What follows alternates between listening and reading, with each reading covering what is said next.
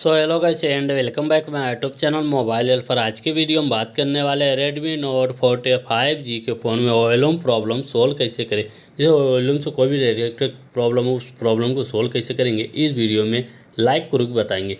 सबसे पहले सेटिंग को ओपन करना, तो आपके सामने ऐसा इंटरफेस शो होता है। फर्स्ट वाले ऑप्शन पर क्लिक करना, सर्च के आइकन पे।